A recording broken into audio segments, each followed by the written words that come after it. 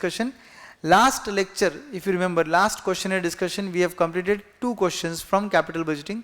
This is the 3, and this is the 4th question in front of you. 3 हुए थे ना, एक बार check कर लो. Yes. अभी क्वेश्चन नंबर 4 हम लोग डिस्कस कर रहे हैं जो आपके स्क्रीन पर है. ये क्वेश्चन थोड़ा हटकर क्वेश्चन है. क्वेश्चनर में वही क्वेश्चंस आते हैं जो थोड़े हटकर होते हैं, जिसमें आपको थोड़ा एक्स्ट्रा लॉजिक लगाना होता है, बट लगाने से आंसर बिल्कुल आ जाते हैं. ओके, आप रेडी हो? Yes. Read the question everybody.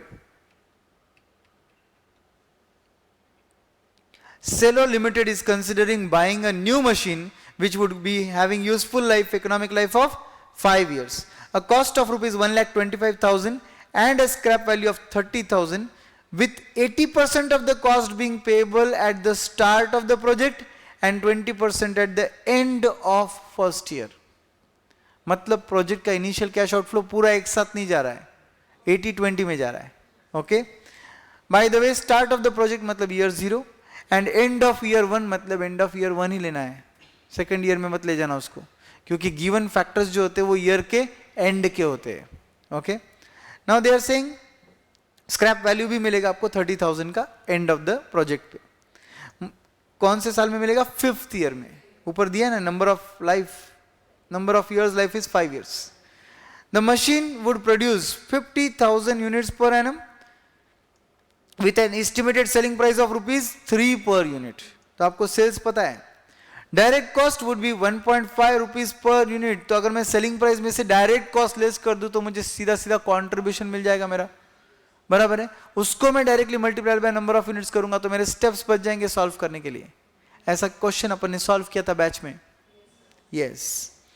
Annual fixed cost including depreciation calculated on straight line basis would be 40,000 per year. भाई साहब, मगर इसमें क्या इंक्लूडेड है? Including depreciation SLM basis. तो आपको क्या करना होगा?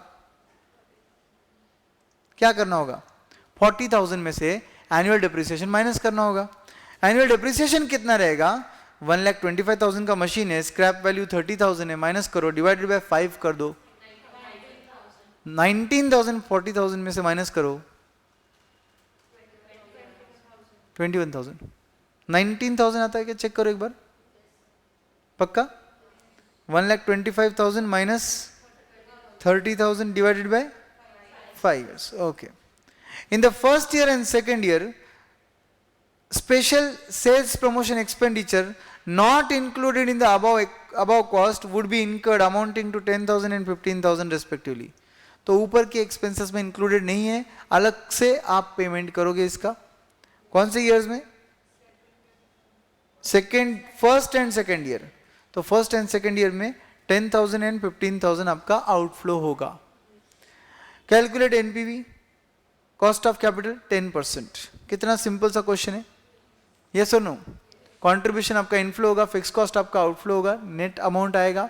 नेट अमाउंट में से ये जो नीचे के 2 आइटम्स दिए ये भी आप रेस्पेक्टिव ईयर्स में माइनस कर दो, आपका आंसर आएगा. एंड जो 0th ईयर है और फर्स्ट ईयर है उसमें आपका आउटफ्लो दिखेंगे 80% एंड 20% वाले.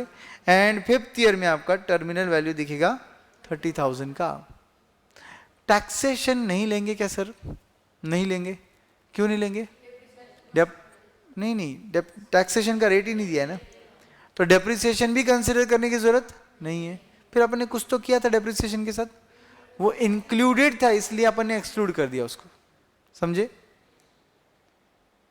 तो गाइस, आपने जैसे बोला वैसे फिक्स कॉस्ट 21,000 आया.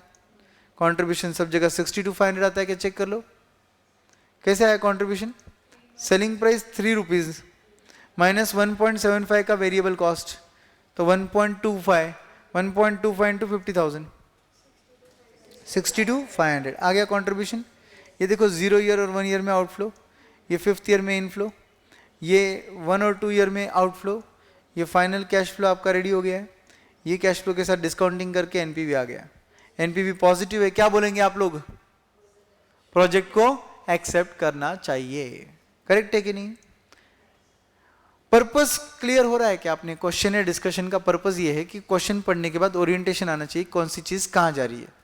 और फिर कुछ कैलकुलेशंस जो पॉसिबल है वो अपन साथ में कर लेते, वो नंबर्स फाइनल आंसर के साथ मैच कर लेते। प्रेजेंटेशन अपना अलग हो सकता है, उनका अलग हो सकता है।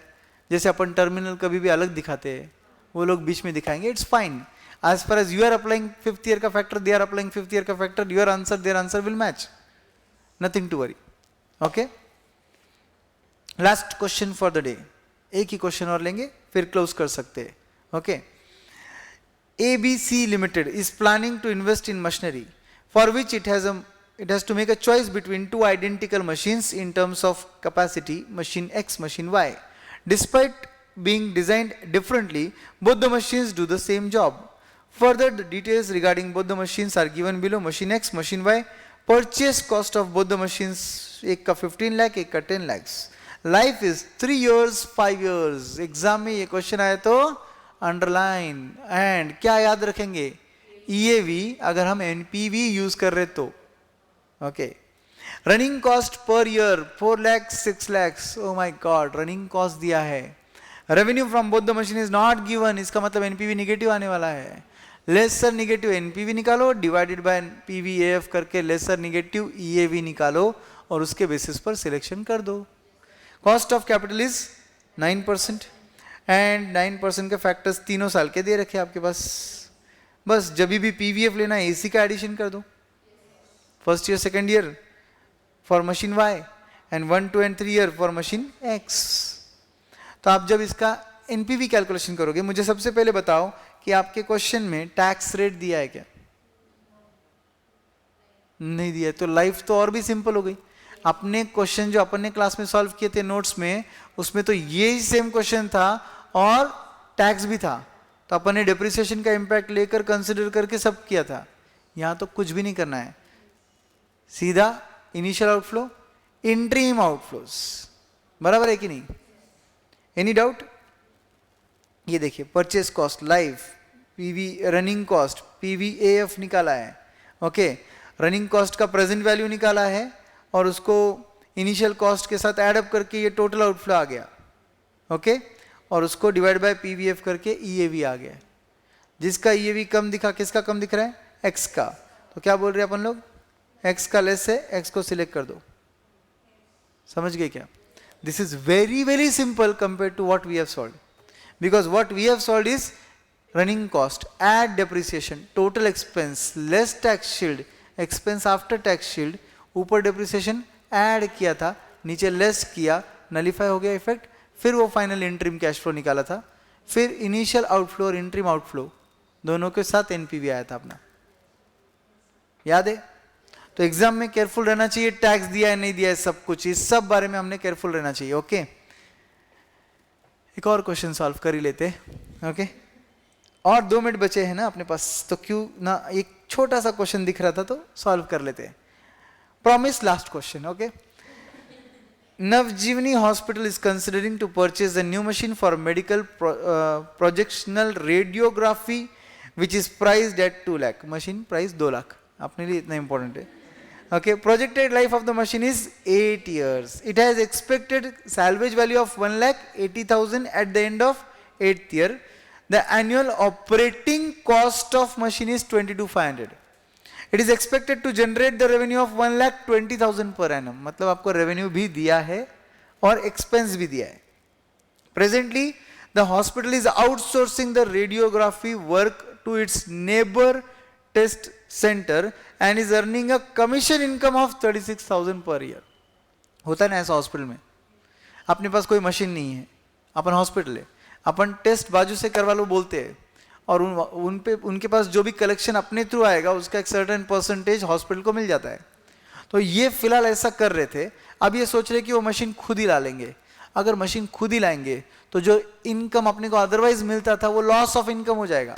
वो भी कंसिडर करना पड़ेगा क्योंकि आपके डिसीजन मेकिंग से वो कैश फ्लो हिल रहा है ना आपका. तो ये जो 36,000 है ये वैसे भी नेट ऑफ टैक्स बोला इन्होंने, तो टैक्सेशन का इंपैक्ट लेने का नहीं है अलग से इसमें. तो कहना है loss of revenue directly NPV में भी भेज सकते हैं हम लोग और उसको आउटफ्लो दिखाएंगे आप लोग. क्यों आउटफ्लो दिखाना है सर? वो रेवेन्यू आ ही नहीं रहा है, एज गुड एज जा रहा है ना. Analyze whether it is profitable for the hospital to purchase the machine. Give your recommendation under NPV and PI. दोनों के अंदर consider tax 30% टैक्स है, तो वो जो नया मशीन आएगा ना उस पर डेप्रिसिएशन भी कंसिडर करेंगे. और PVAF फैक्टर दिया है 10% से. मुझे बताओ क्या करना पड़ेगा. नया मशीन ले लो, इनकम आएगा, एक्सपेंसेस माइनस कर दो. लो कैलसी, क्या कर रहे हो, कैलसी लो. इनकम कितना है बोलो, 1,20,000. यस ले लो 1,20,000. एक्सपेंस कितना है 22,500. लेस कर दो उसमें से कितना, उसमें से 36,000 लेस नहीं होगा. क्यों नहीं होगा दिव्या, तुम एक जगह गलत गई बेटा. ये जो अभी तुम ले रहे थे दोनों नंबर्स, ये बिफोर टैक्स थे और वो आफ्टर टैक्स है. तो इसमें से पहले टैक्स वैक्स सब हटा दो, फिर बाद में कंसिडर करो या सेपरेटली कंसिडर करो. ओके तो अभी इनकम लिया आपने, माइनस एक्सपेंस किया, माइनस डेप्रिसिएशन भी करना पड़ेगा आपको. डेप्रिसिएशन कितना है, कितने की मशीन थी 2 लाख. सैल्वेज वैल्यू कितना है 18,000.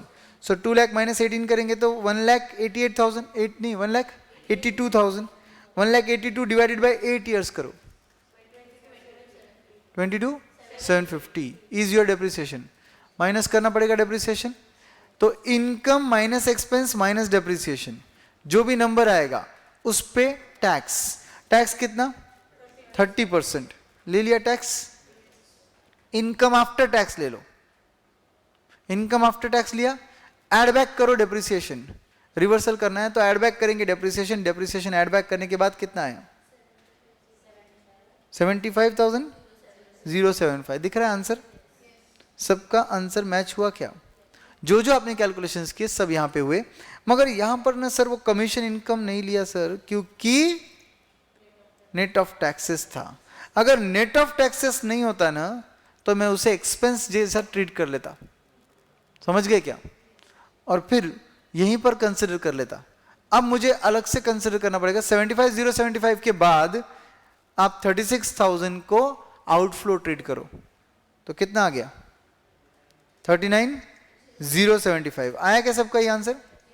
और फिर इसको आप क्या करोगे 39,075 ये हर साल 1 से लेकर 8 साल है. तो अब आपको PVAF के साथ उसका मल्टीप्लिकेशन करके प्रेजेंट वैल्यू निकालना है, उसका प्रेजेंट वैल्यू निकालना है और उस प्रेजेंट वैल्यू को आपके मशीन के प्रेजेंट वैल्यू के साथ नेट आउट करना है. करेक्ट.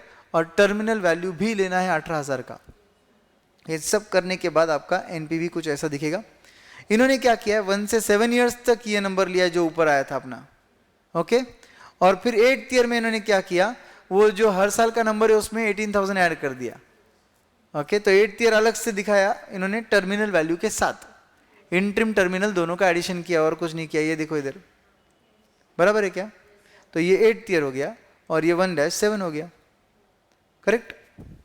और इसमें से 0th ईयर का 2 लाख माइनस हो गया. तो ये आपका NPV आ गया. इनके प्रेजेंटेशंस थोड़े खराब होते हैं बट फाइन.